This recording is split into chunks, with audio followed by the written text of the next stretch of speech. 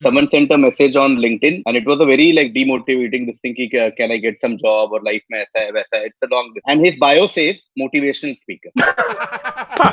I'm not kidding. I'm not kidding. Hey guys, welcome to Honestly. I realized that I hadn't dropped an episode of the podcast in very long. So I was scanning through the hard drive and I found this one particular episode that you guys are about to see today. It's an episode I shot with the incredibly smart and talented Gaurang, KV and Ankur Warikoo. And in this episode, we try and decode Naval Ravikant's tweets. Now I know you guys will kill me when you hear this, but this episode was almost recorded 1 year ago. And it was edited and all that stuff, but I had completely forgotten about it. I hope you enjoyed the episode and do follow everybody you see here. On that note, let's begin.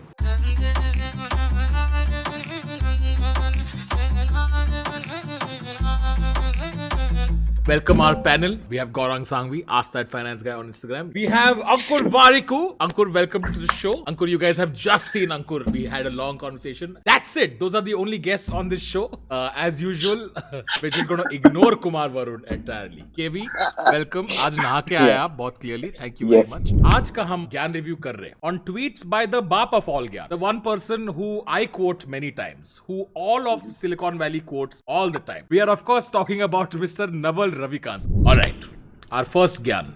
Let's bring it on. Seek wealth, not money or status. Wealth is having assets that earn while you sleep. Money is how we transfer time and wealth. Status is your place in the social hierarchy. We keep saying कि India एक status driven country है as opposed to a well driven country. Can you guys give me an example of what is a well driven country and what is like a big difference between a status driven and a well driven country? मैं गाड़ी खरीदूंगा और उस गाड़ी खरीदने से मेरी इज्जत मेरी फ्रेंड्स में, कॉलोनी में, माँ बाप के सामने, मेरे अपने खुद की आंखों के सामने बढ़ जाएगी. बट मैं ये नहीं सोचूंगा कि the minute I drive that fucking car out of the showroom, that car has lost 30% value right at that spot. Like if I were to just go back to the showroom and say, sorry, I fucked up. I was drunk. I was just hammered and I don't know what I did. Can you take this car back? Like, yeah, sure. We'll take this car back. 70% of what you just paid. So we got the status. Yeah. It's not an asset. One corollary of this with India being status driven, and this is very relatable to the generation just above us, is the prestige that a government job brings in your life compared to a private job. That's a big corollary. A government job reputation in the US or China is much lesser compared to how much, because the government job, like a sarkari naukri, being an IAS or being even an SDO, BDO, anything, gives you a lot of status in society and not necessarily wealth. Like I remember late 90s when my uncle was joining TCS, which was a big thing then, Tata Infotech Limited and all. Everyone looked down upon him कि IIT जाके ये क्या कर रहा है? Compared to तू साले UPSC क्यों नहीं लिख रहा है यार? Assets that earn while you sleep, it can be of many different types also. You can make a fantastic movie that is so good that it lasts for 20 years and Yash Raj will keep making money off Dilwale Dulhaniya Le Jayenge, albeit it's 35 rupees coming from Maratha Mandir. Or you can start a business that over a period of time, eventually, Ankur, I'm looking at you, that at some point you can leave and the business will run and you continue getting paid. Anything that continues to give you recurring income without necessarily wanting your time. So you have absolved yourself from the time and the money equation where you don't have to spend the time to earn the money and you're still earning money. It could very well be real estate. Oh, yes. If it's a good purchase. It could very well be even gold. It could very well be stocks. It could very well be angel investments or investments in general. It doesn't have to be कि भाई company शुरू करनी है, because that suddenly feels like fuck yeah, मैं company कैसे शुरू करूँ? But you buy a Reliance stock, उस पैसे से तुम घड़ी खरीद सकते थे, गाड़ी खरीद सकते थे या रेस्टोरेंट में खाना खा सकते थे. And if you made the choice of buying stock, you essentially invested in an asset. The entire Reliance family is working for you while you sleep because your stock is increasing in its price on a yearly basis. What a great thought. Well put. Ankur, can you elaborate a little on money is how we transfer time and wealth? Essentially, the idea is money is the way that you buy or spend time. In other words, if I am time rich, मतलब मेरे पास बहुत time है, बहुत ज्यादा time है, मैं उस time को ज्यादा अहमियत नहीं दूंगा. लेकिन अगर मेरे पास पैसा ज्यादा नहीं है, मनी पुअर, तो मैं उस पैसे को ज्यादा अहमियत दूंगा. And I will spend time in saving money. If I have a lot of money and not less time, I will spend money to save on time. A good example is in the US, people are far likelier to pay for same day shipping than in India, because in India is like, भाई मेरे आज नहीं चाहिए, मैं wait कर लेगा. I'll get it tomorrow, day after. देगा तो मैं रुक लेगा. हाँ. Bilkul, right? I can easily do that. So money is actually an interchangeable asset. Now, how it equates to wealth is if I spend my time wisely, I cannot make more money, as Gaurang mentioned, than I can physically with my time. But Correct. what I spend my time on can create wealth something for that me. can bring you wealth in long term. Correct. Correct. Got it. So I pay through my time.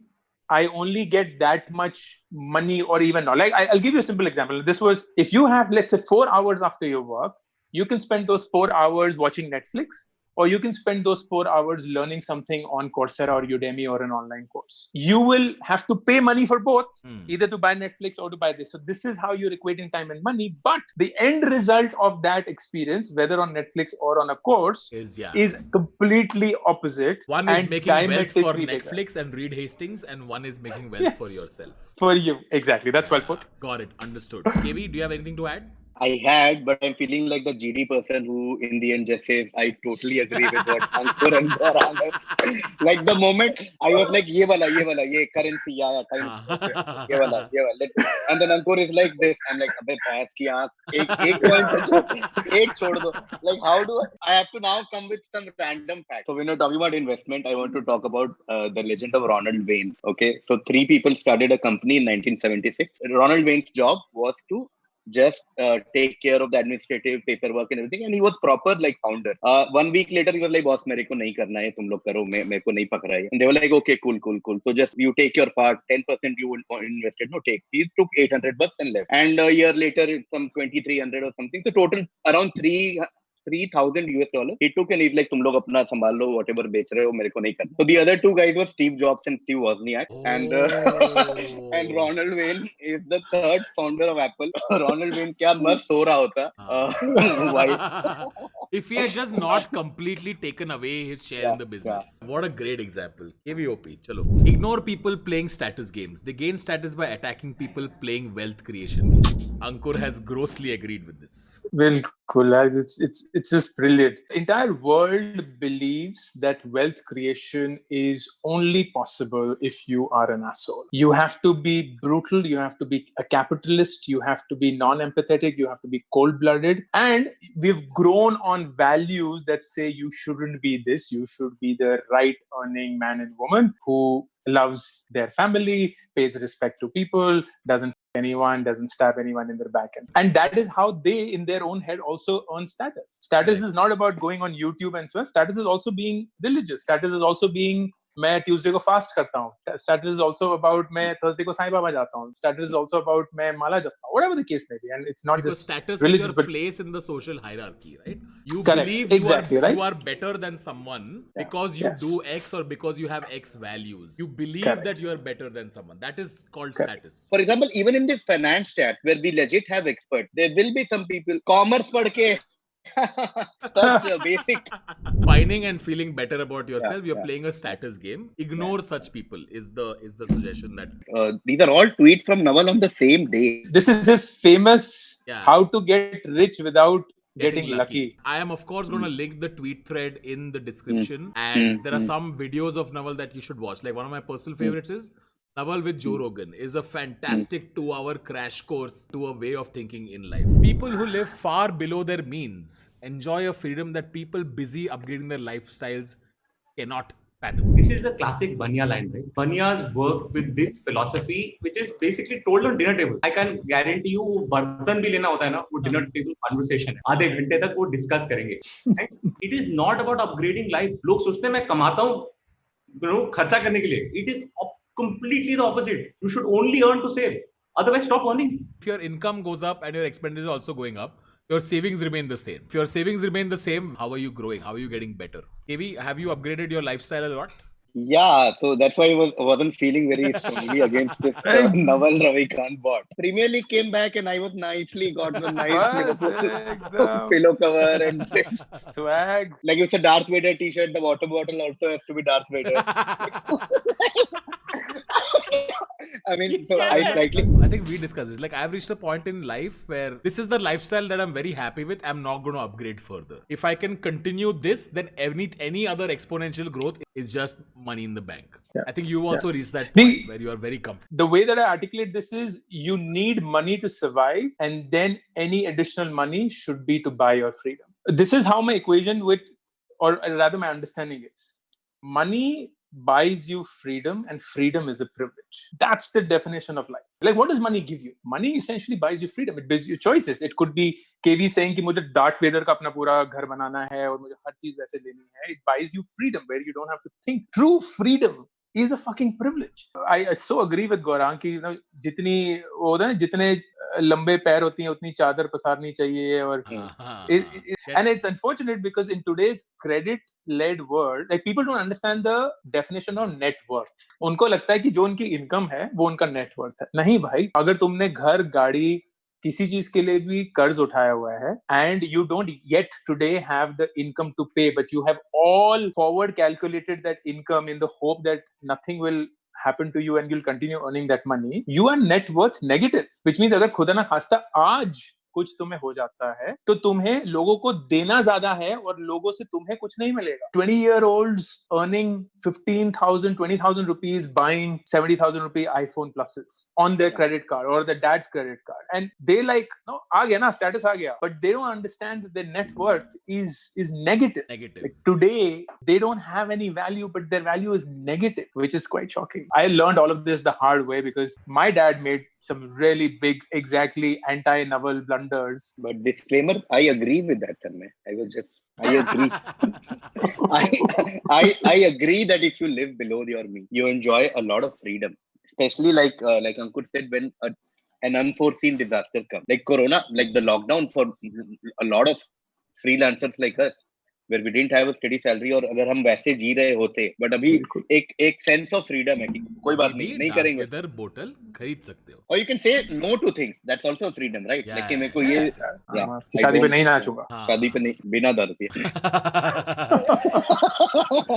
Pick an industry where you can play long-term games with long-term people. This is something that I love quoting. I think a lot of what I have been able to do in the last 1 year is only because not only am I in an industry that I've been there for very long, but I partnered with a lot of long-term people. What do you mean by long-term games and long-term people? I want to throw this open to a panel. I'll go back to something that Jeff Bezos wrote in one of the shareholder letters at Amazon, and it was brilliant. He says a lot of companies, industries ask, what are things that are likely to change? How is the world going to be tomorrow different from what it is today? So on. At Amazon, we asked a different question, which is, what are the things that are unlikely to change? And they said, here are 3 things. No one will ever come to Jeff Bezos and say, hey, Jeff, I wish things were more expensive at Amazon. No one will ever come to Jeff and say, hey, Jeff, I wish you shipped things slower. And no one will ever come and say, yeah, I wish Amazon had lesser products. So this is never going to change. You're always going to have people who want cheaper, more products, and faster shipment. So if we were to do anything towards these 3 things,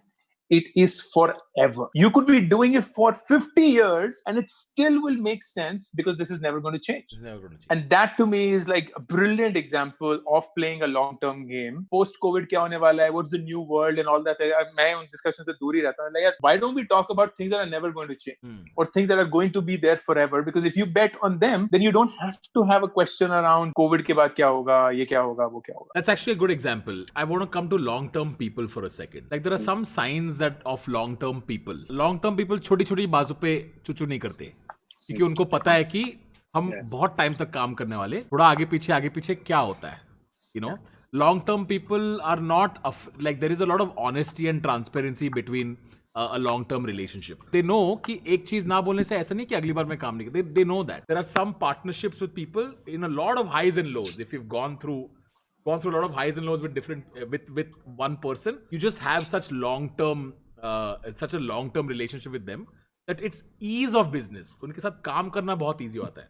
इतना काम किया साथ में, अब बस के भी 4 बजे डन आ जाओ. क्या है, क्यों है, कितना टाइम, ये नहीं होता है. तभी तो मैं ऐसा And long-term people are also more secure in their approach towards life because in your mind, you know that this is a long-term game. So other successes do not affect you much. It's like अभी हम हैं लंबी race के घोड़े, like they used to call in movies. ये like दीवार में वो ये लंबी रेस का घोड़ा ये आगे जाएगा. Thinking of something and might not be very relevant, but the fact that I was just thinking, I just got married. Like let's replace it. Like pick a marriage that you can have with a long-term view with a long-term partner. Marriage is your number one industry that you will pick all your life, hoping that you will not get divorced. Well, any other traits of long-term people that I've missed, Ankur? They're very patient with results. I quote Naval again here, and he uses this wonderfully. He says, "I'm impatient with action, but patient with the result." ये नहीं है कि तुम्हें पता है तुम्हें क्या करना है और तुम बैठे हो. The long-term approach is you know something has to be done and you get it done, but once you've done it, you're not impatient of why it's not yielding results. You might be promoted a year earlier than others, or even if you're a freelancer, your rates might go slightly higher than others. So the rent will increase, but it's still rent. The second half, when you own equity, then there is an exponential jump. Even if you look at the top CEOs in the world, irrespective of how big the company is, you will see that the fixed salary composition of their income is more or less static. Like it doesn't move.